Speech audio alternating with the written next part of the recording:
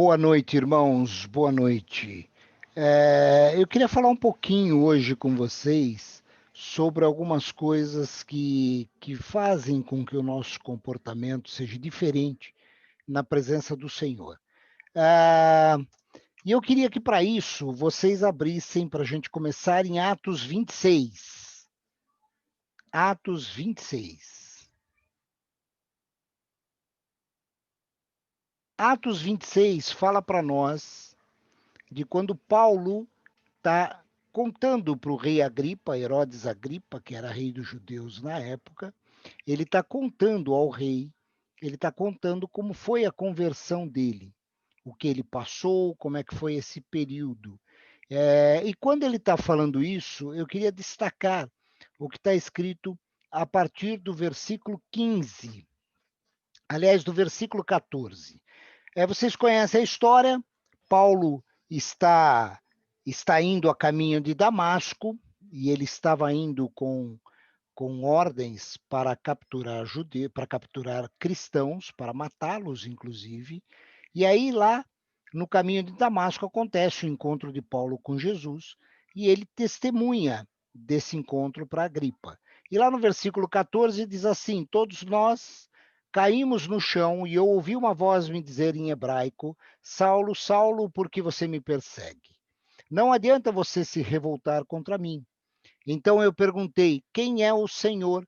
E o Senhor respondeu: Eu sou Jesus, aquele que você persegue. Mas levante-se e fique de pé. Eu apareci a você para o escolher como meu servo, a fim de que você conte aos outros o que você viu hoje e anuncie o que lhe vou mostrar depois. Vou livrar você dos judeus e também dos não-judeus, a quem vou enviá-lo. Preste atenção no versículo 18, queridos, que diz assim: Você vai abrir os olhos deles, a fim de que eles saiam da escuridão para a luz e do poder de Satanás para Deus. Então, por meio da fé em mim, eles serão perdoados dos seus pecados e passarão a ser parte do povo escolhido de Deus. Queridos, quando eu leio esse versículo de Paulo, e aqui a gente tem uma ordenança de Jesus para ele, é Jesus dizendo a Paulo exatamente o que ele deveria fazer e como ele deveria fazer, eu percebo que a primeira coisa que Paulo vai dizer para as pessoas, ou vai falar para as pessoas, é sobre o arrependimento. Então, isso tem que ser uma constante na nossa vida. Sabe por que tem que ser uma constante? Porque Paulo entendeu, na minha visão, Paulo entendeu as coisas mais importantes que tinham no Evangelho. Os evangelhos escritos por Paulo são uma preciosidade em relação aos ensinos de Jesus. Ele consegue capturar a essência do que Jesus queria ensinar, ele consegue colocar no papel, apesar de alguns serem difíceis de ler, mas ele consegue colocar nas suas cartas toda a essência do que é o cristianismo, como devemos nos comportar, o que devemos falar, como devemos pensar. Ele escreve verdadeiras pérolas para nós. E ele diz nessa passagem que ele está testemunhando sobre a conversão dele, ele está dizendo ao rei Agripa que Jesus me enviou ele a falar sobre Jesus, a falar sobre o que aconteceu e a fazer com que as pessoas recebessem o perdão de Deus e pudessem sair da mão de Satanás e ir para a mão de Deus. Queridos, como é o princípio de receber o perdão de Deus? É através do arrependimento. Porém, o arrependimento, ele é um processo nas nossas vidas. E é isso que eu queria falar com vocês hoje. O arrependimento é um processo. E mesmo na vida de Paulo, nós vemos como esse processo trabalhou, como esse processo agiu. Porque quando nós lemos as cartas de Paulo, nós percebemos o quanto ele vai amadurecendo na vida dele. Nós percebemos o quanto, quando nós colocamos em ordem cronológica de escrita as cartas de Paulo, nós percebemos o quanto ele saiu de uma pessoa que pregava o evangelho com muita ousadia, sempre ele fez isso, mas o quanto ele realmente, como pessoa, amadureceu e se posicionou na presença de Cristo. Então, quando nós lemos lá em 1 Coríntios 15, no versículo 9, é a terceira carta de Paulo. Essa carta foi escrita mais ou menos no ano 54 depois de Cristo.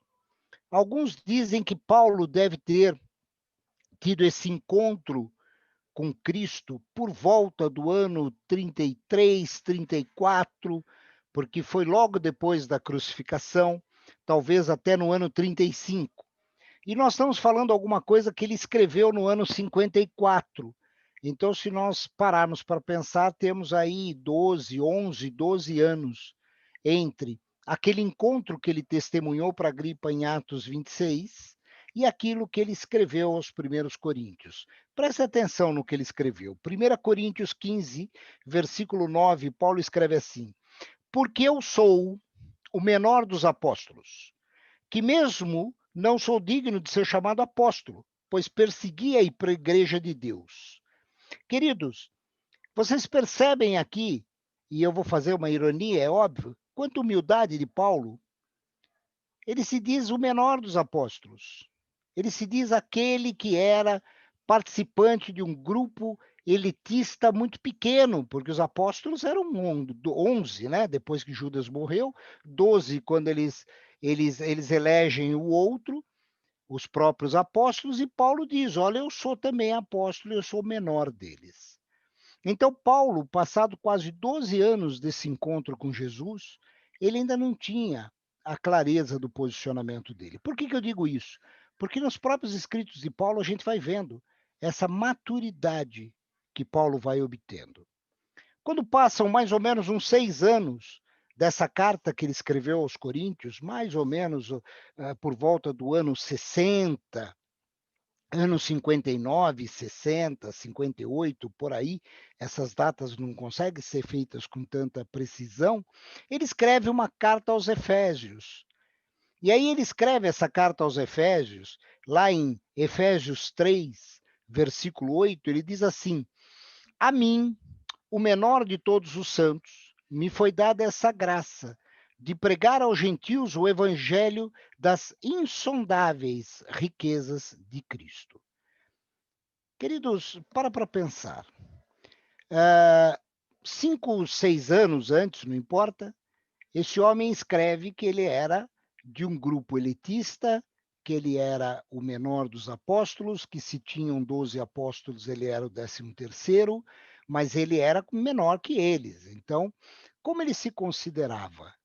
Ele se considerava maior que os outros, porque os apóstolos estavam numa posição de destaque. Eles eram, de certa maneira, reverenciados, eles eram uma referência para o povo. E ele se coloca naquele patamar. Passados 6 anos dessa carta, e por tudo que ele sofreu, ele diz o seguinte: não, eu não sou o menor dos apóstolos, não. Eu sou o menor de todos os santos. Então, o que ele está dizendo é o seguinte: de todos os cristãos que existem, eu sou o menor. Puxa, eu vejo nisso uma evolução fantástica.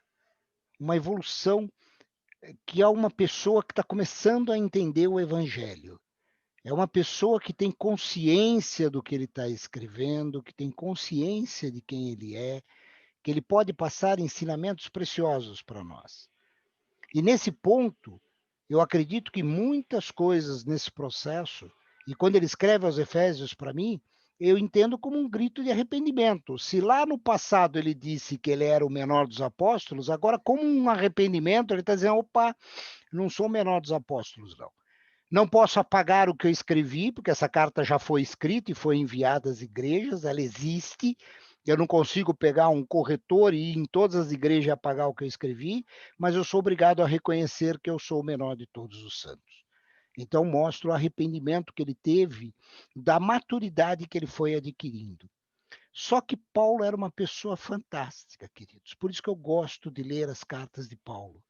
Passam-se mais ou menos 4, 5 anos, nós chegamos mais ou menos aí no ano 64, 65, um pouco antes de Paulo morrer, e ele escreve a carta de 1 Timóteo. Ele escreve 2 cartas para Timóteo enquanto ele está na prisão de Roma, e ele escreve a carta de 1 Timóteo, lá em 1 Timóteo 1, no versículo 15, ele vai mostrar uma pessoa completamente diferente.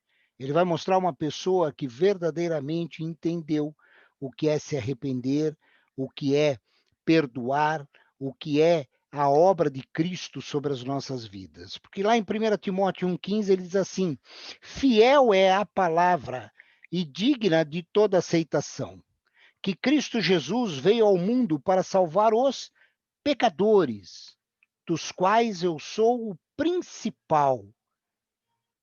Queridos, que maturidade. E eu não me canso de falar isso a respeito de Paulo. Ele sai de uma pessoa que se julgava num grupo elitista, ele sai de uma pessoa que se julgava como alguém que olhava, que era olhado como referência, que era olhado até mesmo endeusado. Paulo, esse é o Paulo esse daí. Ele sai de se achar que pertencia a este grupo para uma outra posição, onde ele diz: olha, se existem cristãos, então eu sou o menor deles. Então, de todos os cristãos que existem, eu sou o menor. Por uma posição, ele diz assim: olha, sabe os pecadores? Sabe aqueles que são pecadores, aqueles que pecam? Eu sou o maior deles. E só pode existir uma solução para mim: é a graça de Jesus. É a salvação que ele trouxe. Se dependesse de mim, eu não fazia nada. Eu não sou capaz de fazer nada pela minha vida. Quando eu leio isso, queridos, eu percebo que é um processo. O arrependimento começa quando a gente toma a decisão, no mais profundo do nosso ser, nós tomamos a decisão de seguir Jesus. Só que o dia a dia, às vezes, nos faz pecar, às vezes, nos faz fugir dessa nossa decisão. E como é que nós temos que nos manter dessa decisão? Nos arrependendo. E cada vez que nós nos arrependemos e que nós temos a consciência que nos arrependemos e paramos de fazer o que fazíamos, mais e mais vem sobre nós essa maturidade, a ponto de entender quem verdadeiramente nós somos e entender a grandeza da vontade de Deus através de Cristo para as nossas vidas. Queridos, quando nós temos consciência do arrependimento, nós entendemos cada vez mais o que é a graça de Deus. Porque a consciência do arrependimento tem que nos levar a falar como Paulo. Jesus veio ao mundo para salvar os pecadores, dos quais eu sou o principal. Por quê? Porque isso é um processo que ainda está acontecendo na minha vida. Queridos, eu queria que nós ficássemos com isso, que a gente ficasse principalmente com o que Paulo diz aí em 1 Timóteo, que ele diz assim: Jesus Cristo veio para salvar os pecadores, do qual eu sou o pior. Se Paulo foi capaz de escrever isso sobre a vida dele, que nós tenhamos a consciência do que é verdadeiramente a graça sobre a nossa vida. Amém, queridos? Era isso que eu queria compartilhar com vocês hoje à noite.